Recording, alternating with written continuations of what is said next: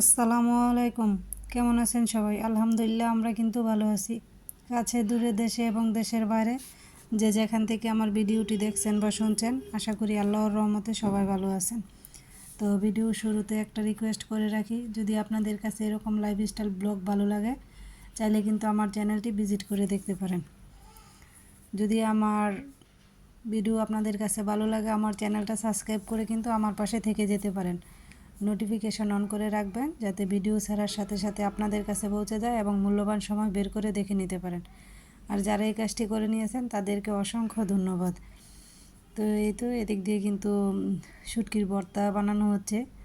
তো রমজানে না আর কি রোজা রাখা সব তরকারি দিয়ে ভাত খাইতে কিন্তু ভালো লাগে না, মাঝে মধ্যে একটু ভর্তা হইলে কিন্তু খুবই ভালো লাগে।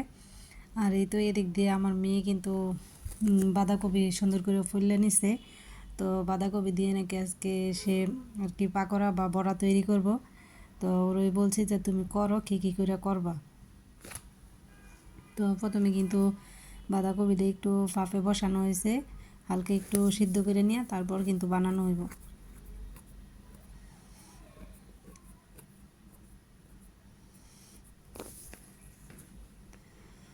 তো এদিক দিয়ে কিন্তু পেঁয়াজ, কাঁচামরিচ, ধনিয়া পাতা কেটে নেওয়া হয়েছে। আর এই যে এদিক দিয়ে কিন্তু বেসনের মধ্যে আদা বাটা, রসুন বাটা সব কিছু দিয়ে ভালো করে মিক্স করে নিব, তারপর বড়াটা বানাইব আর কি।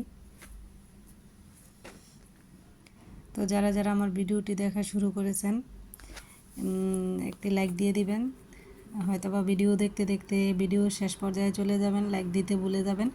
তো ভিডিও শুরুতে একটি লাইক দিয়ে রাখবেন।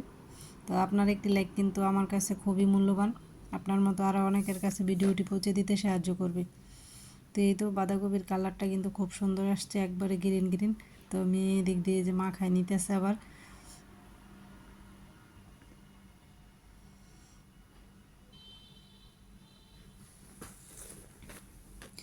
তো এই শীতকালে যে আর কি এত সবজি থাকে না, তো এই সবজি দিয়ে কিন্তু অনেক কিছু করে খাওয়া যায়। তো গরমের সিজনে কিন্তু এরকম না, গরমের সিজনে খুব আর কি যে তরকারি পাওয়া যায় এগুলো সব সবাই খেতেও চায় না, সব তরকারি ভালো লাগে না শীতকালের সবজির মতো এত।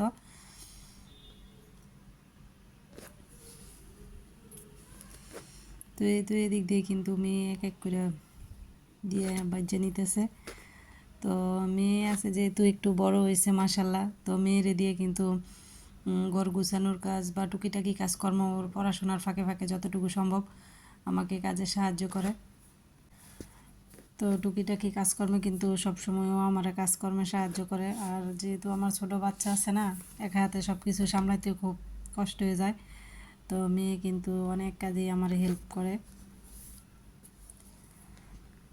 আর আমার ছোট মেয়ে কিন্তু আজকে মাশাল্লাহ একটা রোজা রাখছে।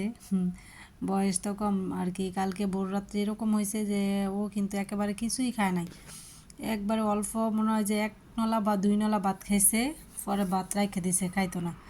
আর বলতেছে যে কালকে থেকে যাতে ওরে ডাক না দিই আর কি, একবারে তো কম খায়, চিকন হ্যাংলা পাতলা মাইয়া আমার। তো বলছি যে আচ্ছা কালকে থেকে ডাক দিতাম না। তো ও কিন্তু আজকে কী করছে, রোজা রাখছে। আমি বারবার বলছি যে আজকে তো থাক, কালকে থেকে ভালোভাবে খাইয়ে রাখো যে না পারবো।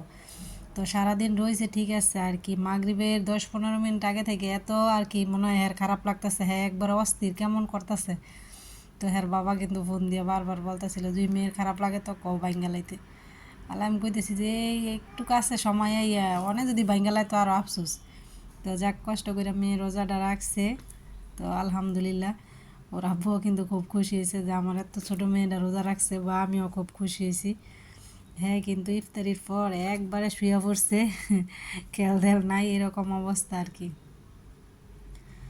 আর এই তো এদিক দিয়ে কিন্তু আমার মেয়ে কিছু সমস্যা আর সিঙ্গারা আর কি প্লেটে গুছাই নিতেছিল। মাশাল্লাহ আমার ছেলেটা কিন্তু খুব সুন্দর করে হাতে নিছে, খাক আর না খাক আলহামদুলিল্লাহ খুব সুন্দর করে দইরে নিচ্ছে আর কি।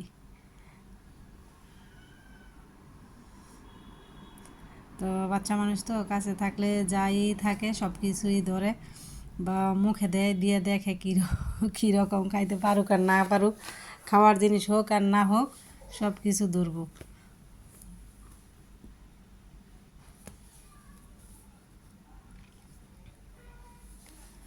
আর এই তো এদিক দিয়ে আমি কিছু আর কি আলুর চপ ফ্রিজে রাখছিলাম ফ্রোজেন করে, ওইখান থেকে কিছুটা বের করে নিছি। তো কয়েকটা আজকে এই অল্প কয়েকটা বাজবো আর কি, খুব বেশি একটা খাওয়া হয় না।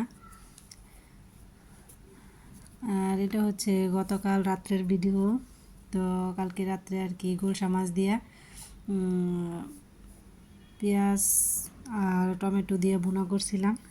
তো এটাই আর কি আপনাদের সাথে শেয়ার করতেছি। তো রমজান মাসে কিন্তু সকালের দিকে কাজকর্মের চাপটা একটু কম থাকলেও বিকালের দিকের থেকে কিন্তু কাজের চাপটা অনেকটাই বাইরে যায়, যেহেতু বিকালে রান্না বাড়া সব কিছুর কাজ বিকালেই করতে হয়, সেজন্য আর কি।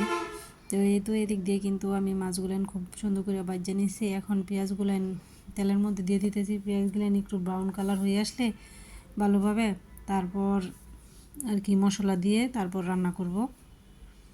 তো এই তো পেঁয়াজগুলেন কিন্তু আমি একটু ব্রাউন ব্রাউন করে বাজিয়ে নিলাম।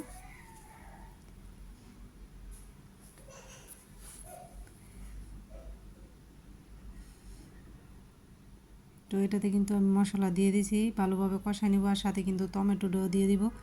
তো টমেটো দিয়ে মাছের বোনা করলে কিন্তু ভালোই লাগে খাইতে।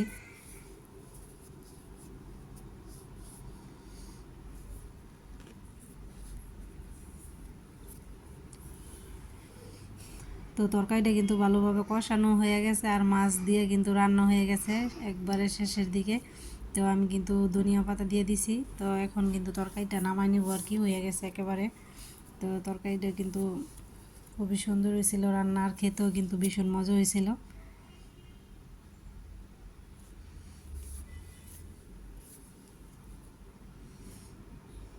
তো সবাই ভালো থাকবেন, আজকের মতো এই পর্যন্তই, আল্লাহ হাফেজ।